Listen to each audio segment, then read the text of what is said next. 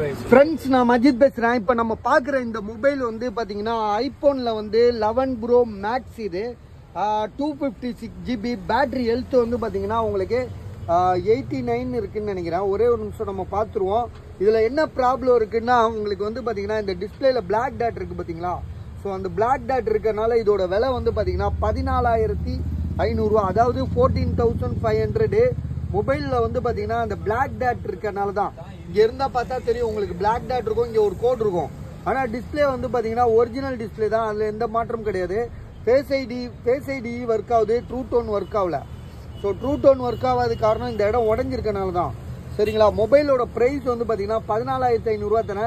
256 GB 256, அதாவது 256 GB storage. Mobile வந்து பார்த்தீங்கன்னா 81% பேட்டரி ஹெல்த்து.